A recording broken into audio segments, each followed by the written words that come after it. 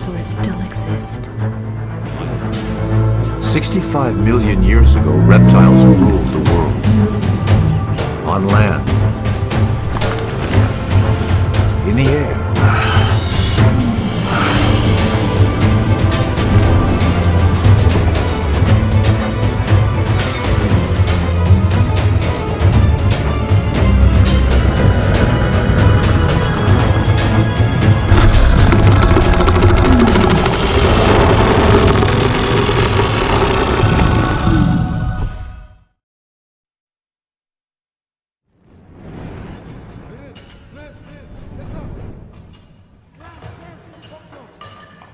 It was in one of the galleries of St. Peter's Mount, at about 500 paces from the main entry and at 90 feet below the surface, that the quarrymen exposed part of the skull of a large animal embedded in the stone.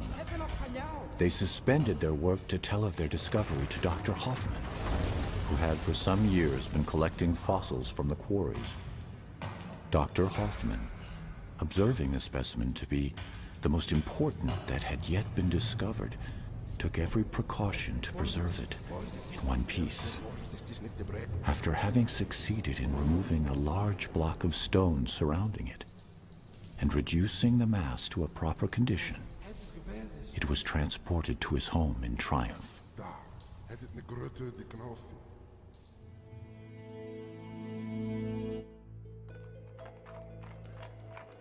25 years later, after the occupation of Maastricht by the French Revolutionary Army, the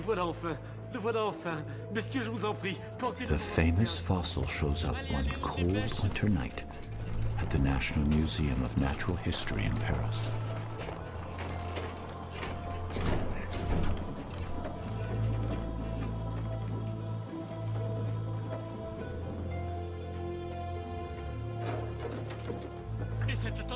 C'est inestimable. This strange thing they called at the time the unknown animal of Maastricht started to raise interest among the scientific community.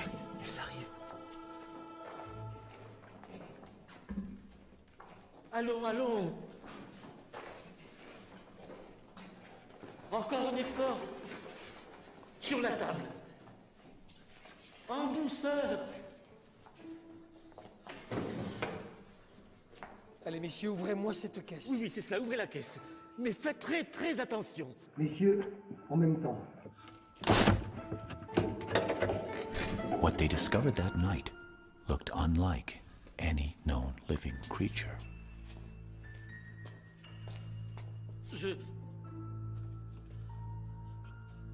Some thought it was a crocodile. Je crois que c'est un Others crocodile. believed it to be a whale. Ce doit être plutôt Neither the shape of its teeth une baleine. nor the size of the jaws Regardez ses dents. helped them to determine its true identity. Mais c'est beaucoup trop gros pour un crocodile. Alors qu'une baleine me Back semble then, beaucoup plus appropriée. that is 40 years before the discovery of the first dinosaur. Nobody had ever thought that thousands of species could have lived and disappeared in a distant past. But everything was about to change.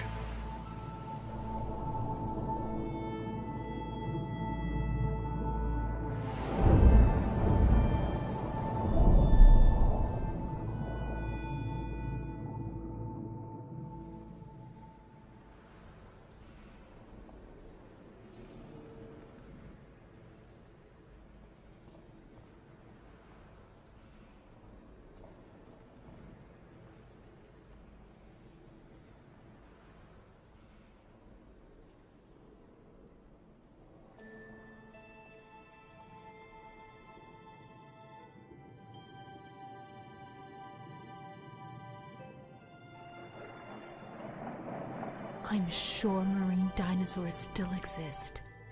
My apologies for intruding upon your thoughts, mademoiselle. But strictly speaking, only reptiles that walked on dry land are called dinosaurs.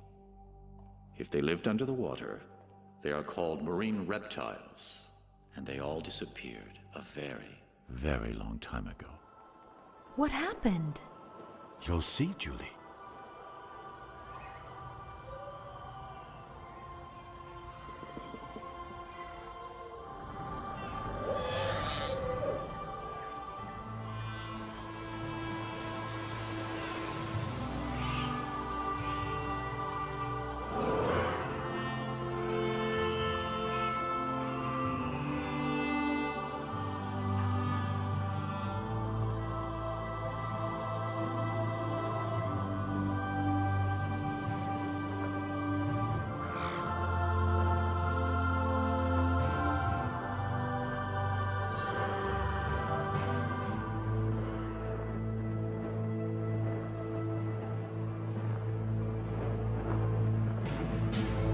65 million years ago, reptiles ruled the world.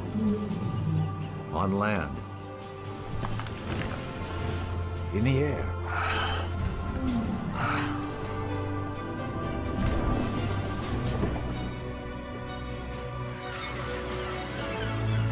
and reptiles were kings in all the seas as well.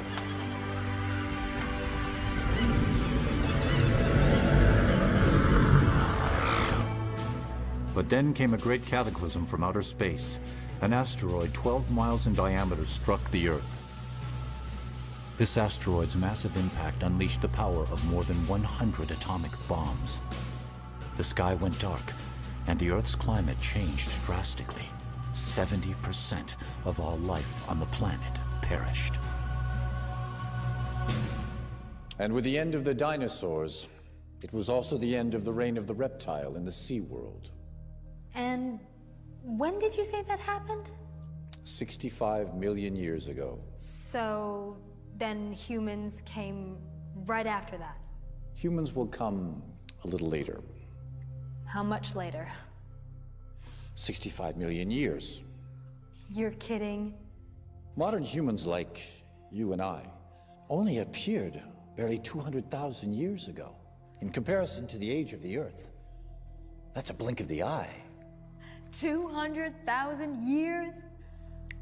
An instant in geological time. Somewhat difficult to comprehend, is it not? Comparing thousands and millions and even billions of years. Don't you agree? Then follow me, Julie. And when you want to stop time, say stop. Stop? All right then, forward to the past.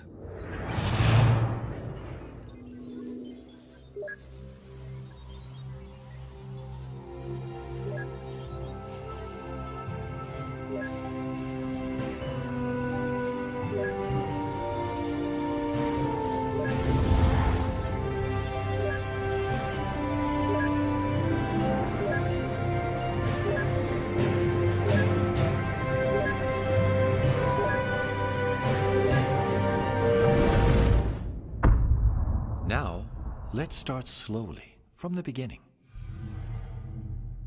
Earth forms 4.5 billion years ago. Then life appears but remains microscopic for 3 billion years. In this time spiral, only the last turn interests us. That leads to our time. Let's consider this as a 12-hour clock. 540 million years ago, at 2 o'clock, the primary era begins. Life grows and evolves in every environment. At 7:30, the secondary era, or the Mesozoic, begins. It is the age of reptiles. Including the famous dinosaurs. Yes, as well as flying and marine reptiles. The next and last era, the Cenozoic, is the age of mammals. On this clock, Homo sapiens, our minuscule species, appears just 8 seconds before 12. The Mesozoic takes place between the two major ecological crises that led to the extinction of many species on Earth, the largest at 7:30, and the last right there at 10 to 11. That one caused the extinction of the dinosaurs and large marine reptiles. But how did it start? Well, first, you'll need a microscope. Life on Earth starts in the water as bacteria 3.5 billion years ago. Slowly, this microlife evolves. Then, 650 million years ago, life becomes visible to the naked eye, soft-bodied organisms. The following 400 million years bring with them an explosion of life. New morphological forms appear, reaching considerable sizes.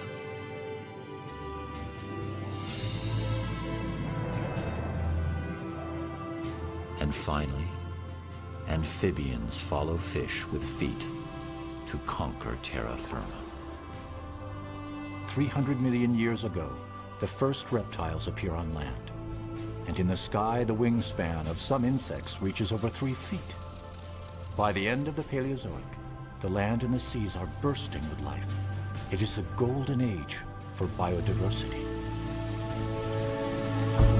But this period ends with gigantic cataclysms, which exterminate up to 95% of the species. The largest extinction of all time. 95% of the species? But that's enormous. Nothing much must have remained after that. You're right, my dear. And most of the world's great predators have disappeared. But life persists, and in the seas, many fish and mollusks remain. What about the marine reptiles?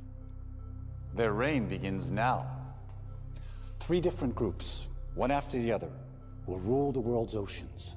First, the Ichthyosaurs, that use their tails to swim. Like a fish? Much like a fish. And then the Plesiosaurs, that use their 4 paddle-like limbs to fly through the water. And next, the Mosasaurs, that use an undulating movement similar to a snake. And these animals ruled the seas for 180 million years, throughout all 3 Mesozoic periods: Triassic, Jurassic, and Cretaceous. From the early Triassic period onwards, Ichthyosaurs are the kings of the seas.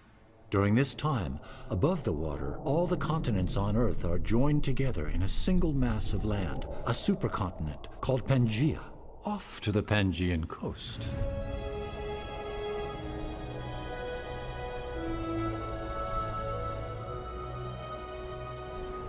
Switzerland? Yes. At this time, most of Europe is underwater, a shallow and warm sea.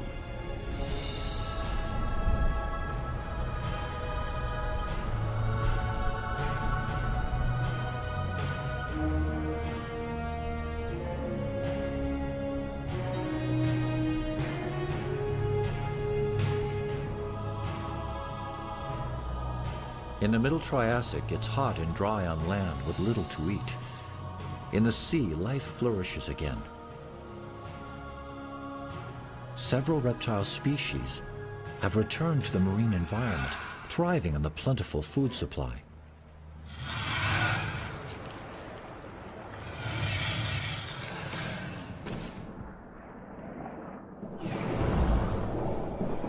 The Tanistrophes hold a world record. In proportion to their bodies, they have the longest necks ever recorded.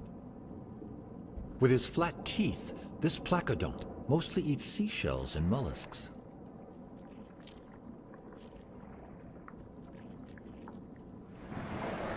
Aren't those turtles? Not at all, but they too have developed a tough armor to keep them relatively safe from the great predators of the Triassic, like the Mosasaur.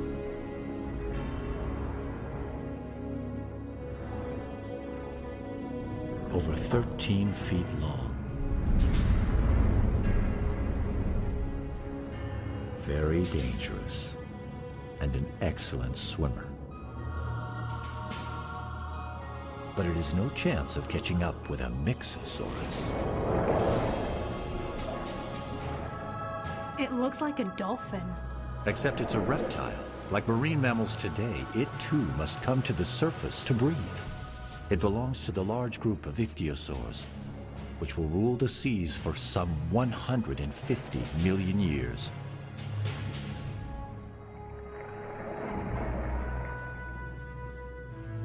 That one doesn't seem quite big enough to rule anything.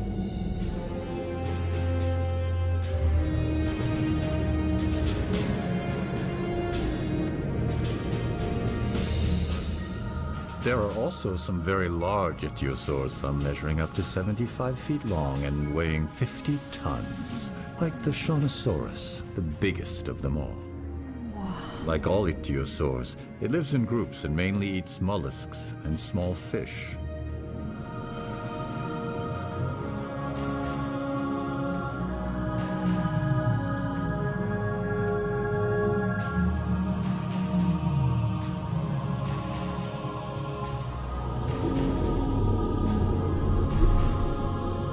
They look like dolphins and whales. That's right. They are even born in a similar manner. What do you mean? Well, let's hear from an expert. the paleontologist Ryosuke Motani. He has just finished studying some very fine specimens from a famous fossil site in Germany. Many ichthyosaur fossils have been found at Holzmaden with their bones intact, and even with the imprint of the skin on the rock, which helped us to know the position of their fins. Some ichthyosaur fossils are so well preserved that we can actually see fetuses inside the mother's bodies, and some even being born. Unable to get out of the water to lay their eggs like other reptiles, ichthyosaurs gave birth in the water. The babies came out tail first, like dolphins today. Another one of the ichthyosaur's characteristics are its huge eyes, protected by donut-shaped bones, able to withstand extreme water pressure. A Jurassic ichthyosaur, the Ichthyosaurus, stands out in the animal kingdom as having the largest eyes in proportion to its body. With these enormous eyes, it could make out its prey in the darkness of great depths.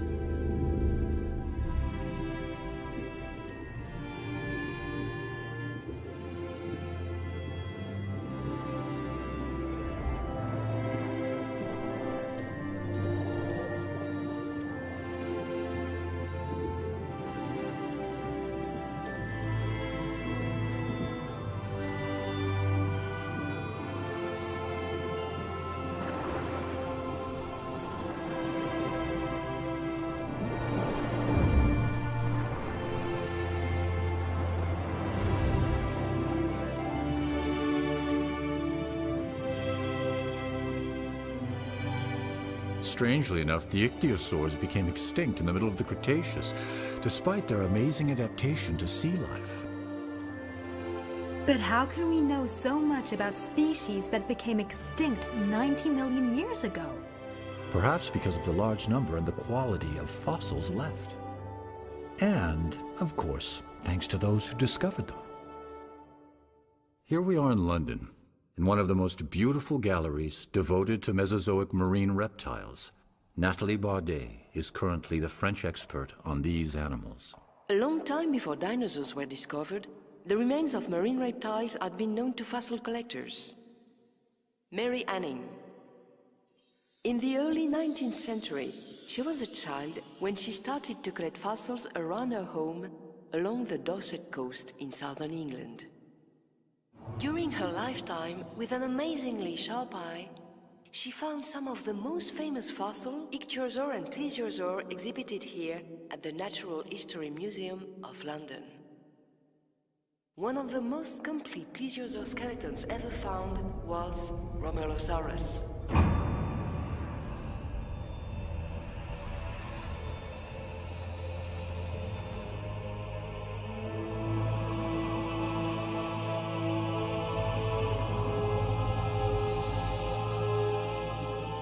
This early Jurassic predator was a powerful swimmer.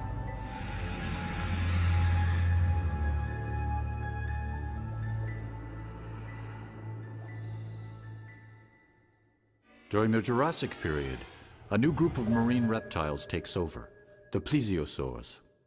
At the beginning of the early Jurassic, Pangea has started to break up and drift apart into different pieces. It is still hot, but the climate is becoming much more humid. Such conditions are perfectly suited to the development of life all over the world.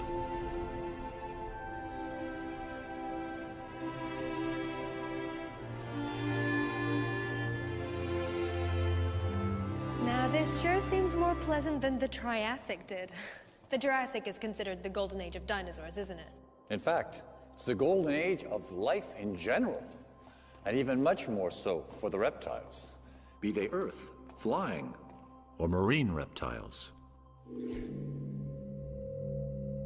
With their 4 strong paddles, Plesiosaurs soon become the new kings of the seas. The first dinosaur to be named is Megalosaurus, which means great lizard in Latin. A well-deserved name for a 30-foot-long carnivore with a huge appetite. Mollusks like ammonites and belemnites experience an unprecedented growth and are on the menu of most marine predators.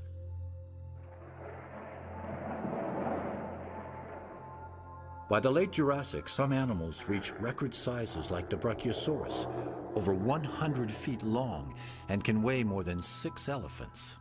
Godzilla, that is the nickname given to this large marine crocodile discovered in the Andes. With large bony plates on its back, the Stegosaurus, a 3-ton plant eater, is a contemporary of the very first birds. At the end of the Jurassic Period, as the continents continue to drift, new oceans appear, and new Plesiosaur species rule the deep.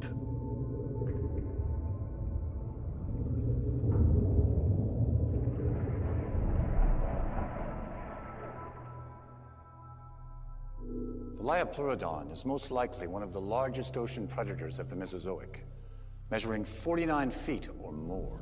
That big? Here, this is one of its teeth. It's for you. Thank you. You see, the Lyopleurodon had no reason to fear any creature, save perhaps another Lyopleurodon.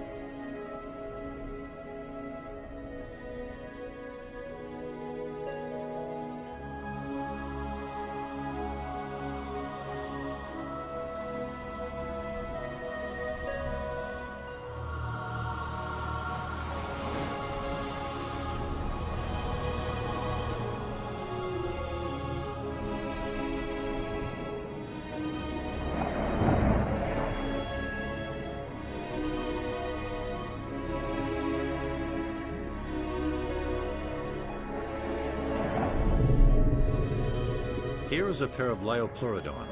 The male is attempting to court the female. Look at her. 50 feet of sheer muscle, 4 deadly paddle-like limbs, and jaws about 10 feet long that hold teeth, even bigger than the one I gave you.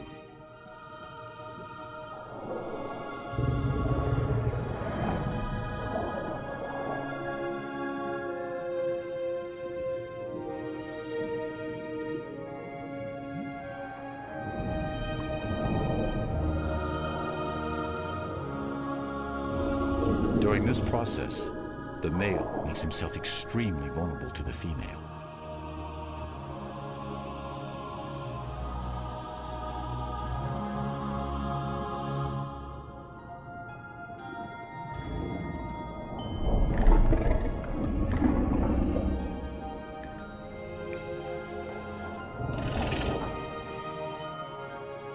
It seems to have worked.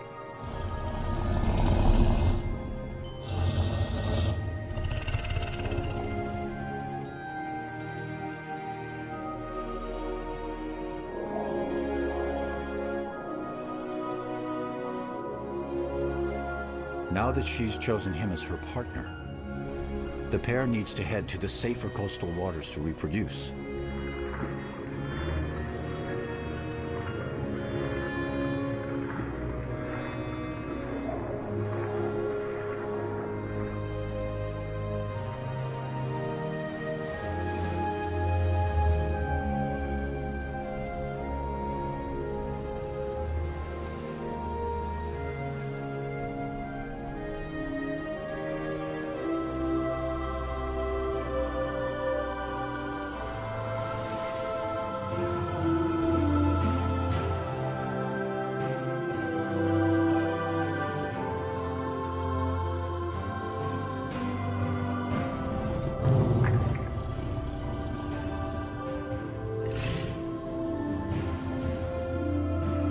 Like sharks, the male Lyopleurodon holds on to the female while mating. Their young will be born in a few months.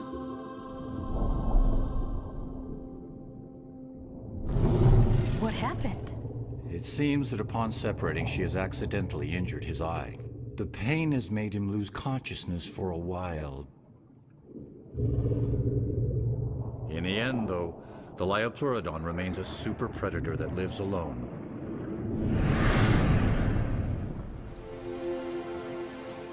At the end of the Jurassic era, its territory spanned from Europe to South America. Here we are with Zulma Gasparini, who discovered the marine crocodile nicknamed Godzilla in the Andes.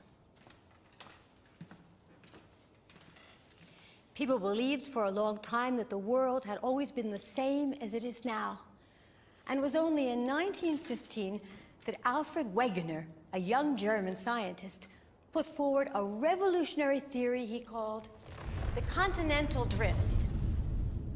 Among the solid arguments that Wegener used to support his theory, a tiny marine reptile that lived 250 million years ago, the Mesosaurus, was to become unexpectedly important. Indeed, we have found on both sides of the Atlantic Ocean identical fossils of this animal. But considering the small size of the Mesosaurus, like the one we have here in this virtual aquarium, it is obvious they were much too small to cross an ocean as vast as the Atlantic on their own. The conclusion is inescapable. If they did not cross the ocean, then the very continents that contained their fossils must have separated.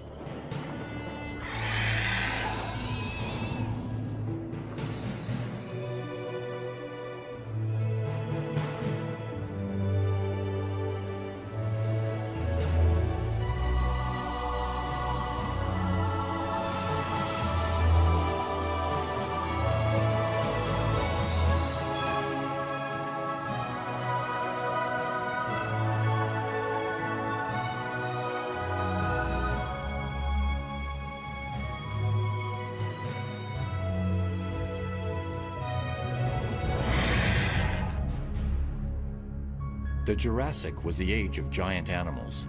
The Lyopleurodon is approximately 100 feet long, probably the largest fish of all time.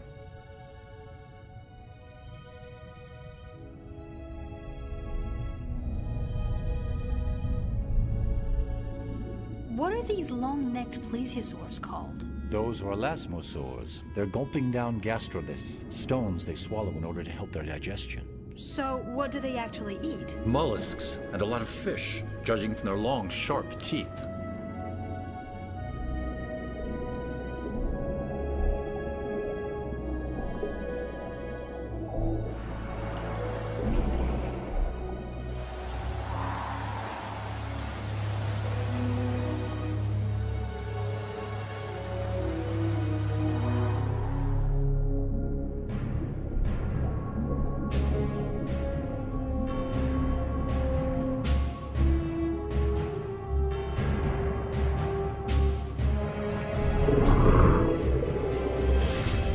I believe that's the male Lyopleurodon that was wounded some time back.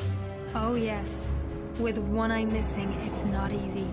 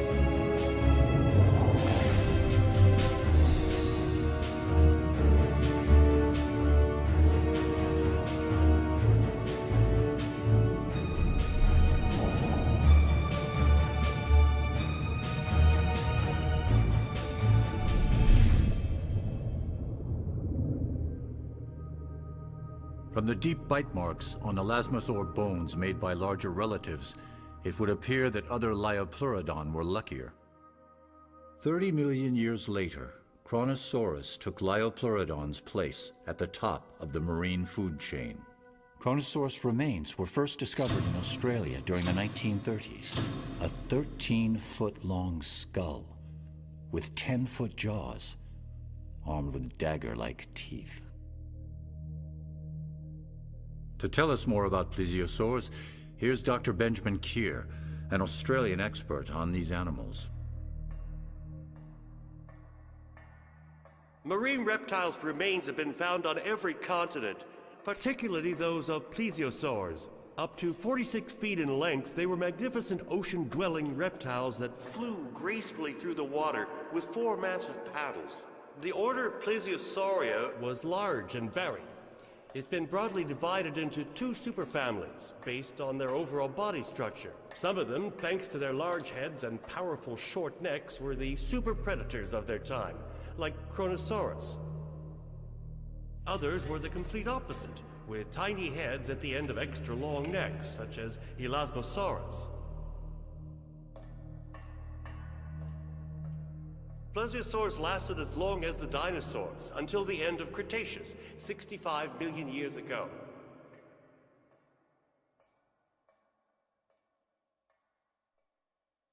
The late Cretaceous is the very last period of the Mesozoic era, and it is the age of Mosasaurs. The land masses of the Earth have nearly reached their present positions. The interior seas of the Americas retreat, but Europe is still partly covered by shallow waters.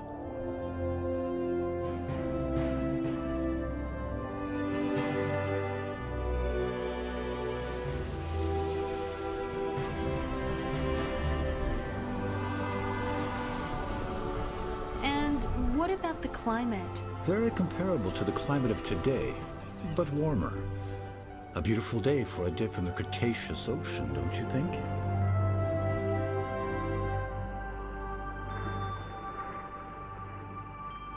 As has been the case for millions of years, mollusks are still a favorite meal for most predators.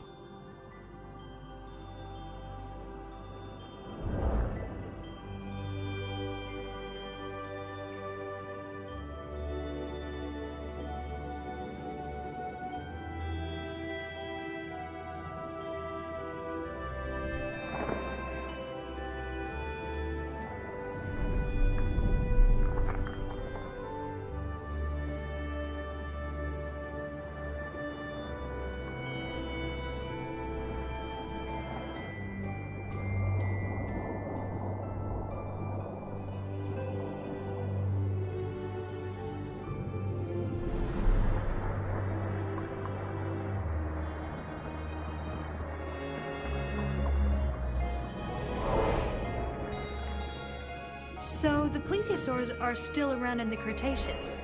Indeed, there are some, but they are no longer at the top of the ocean's food chain, a place now disputed by the 2 greatest predators of this era. In this corner, the largest fish of the Cretaceous, a 23-foot-long shark. And in this corner, the most powerful marine reptile, the Prognathodon, a 40-foot Mosasaur. It looks just like a great white of today. Indeed, just larger.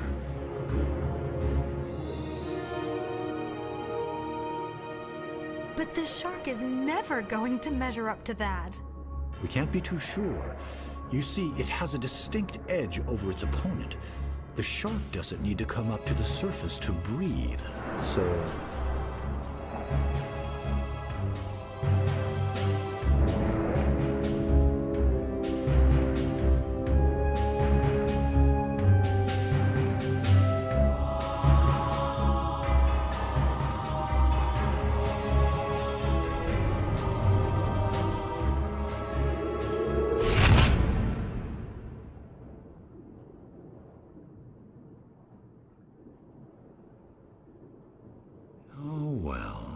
I told you the Mosasaur was going to win. This time, yes. But it wasn't always the case. We've even found shark teeth embedded in mosasaur bones. So the sharks did get their teeth into them from time to time. By the way, wasn't it a mosasaur that was found in a mine back in the 18th century?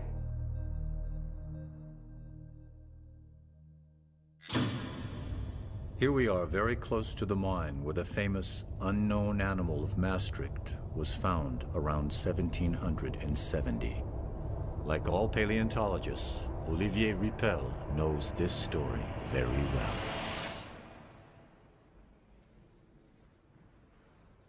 In 1795, when the fossilized Mosasaur of Maastricht arrived in Paris, Georges Cuvier was a young 26-year-old anatomist who had just started working there at the Museum of Natural History.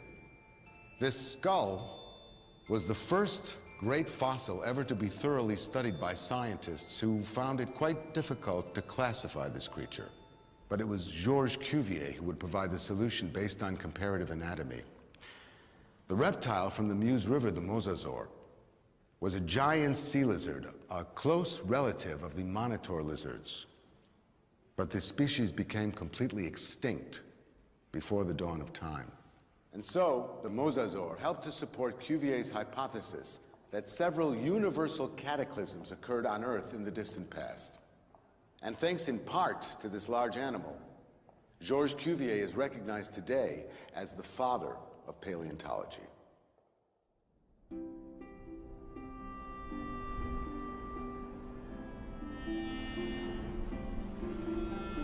At the end of the Cretaceous, the interior seaway running through the middle of North America had not yet completely disappeared.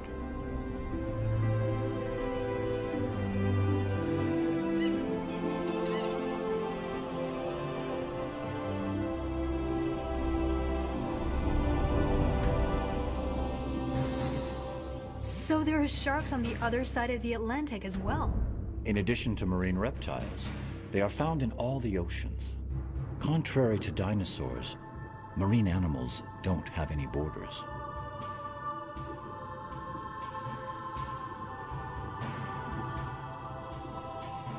These are young 13-foot-long sharks.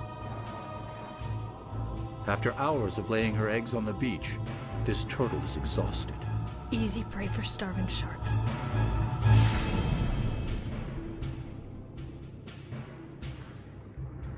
Ah, but they are not alone. A Mosasaur.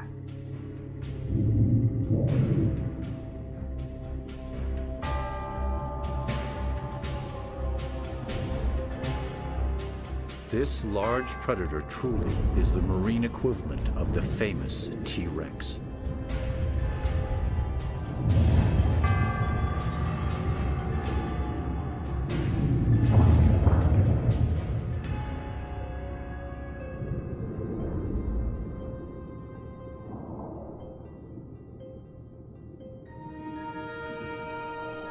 The Mosasaur will become the last ruler of the ancient seas.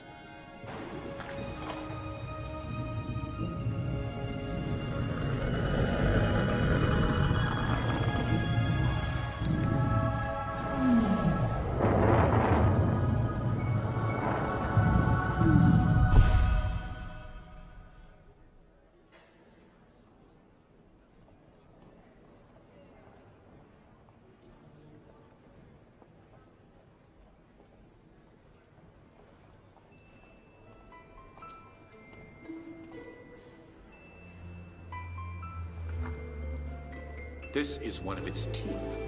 It's for you.